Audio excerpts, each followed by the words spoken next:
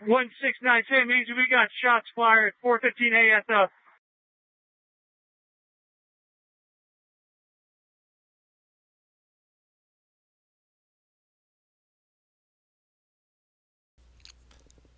It's hard to believe it, but the Las Vegas Massacre could have been much, much worse. Sitting in Mandalay Bay's East Valet, on the second floor, spot 317, was what amounted to a large car bomb. This car bomb happened to belong to one Stephen Paddock.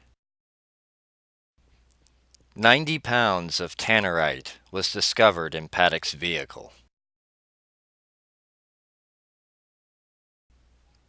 Tannerite is a brand of binary explosive used to make explosive targets. Tannerite is composed of a combination of oxidizers and a fuel, primarily aluminum powder. Tannerite is very stable and cannot be set off by a burning fuse or electricity. Only a high-velocity bullet strike causes the mixture to explode.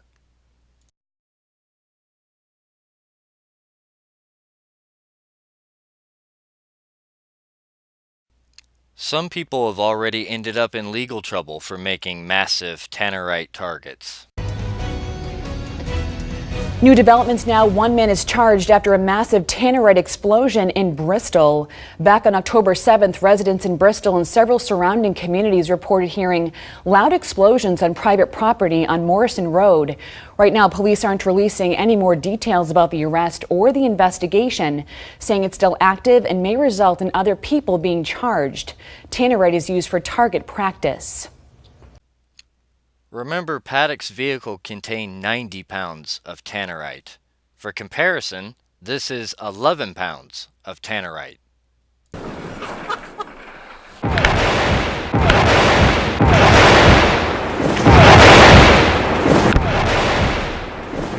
Here's 30 pounds.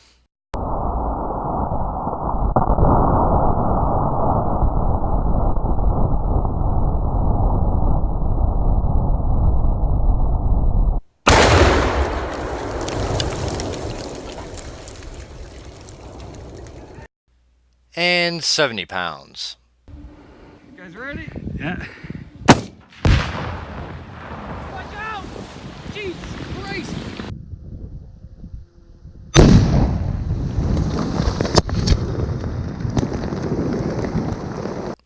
So, why did Paddock have this?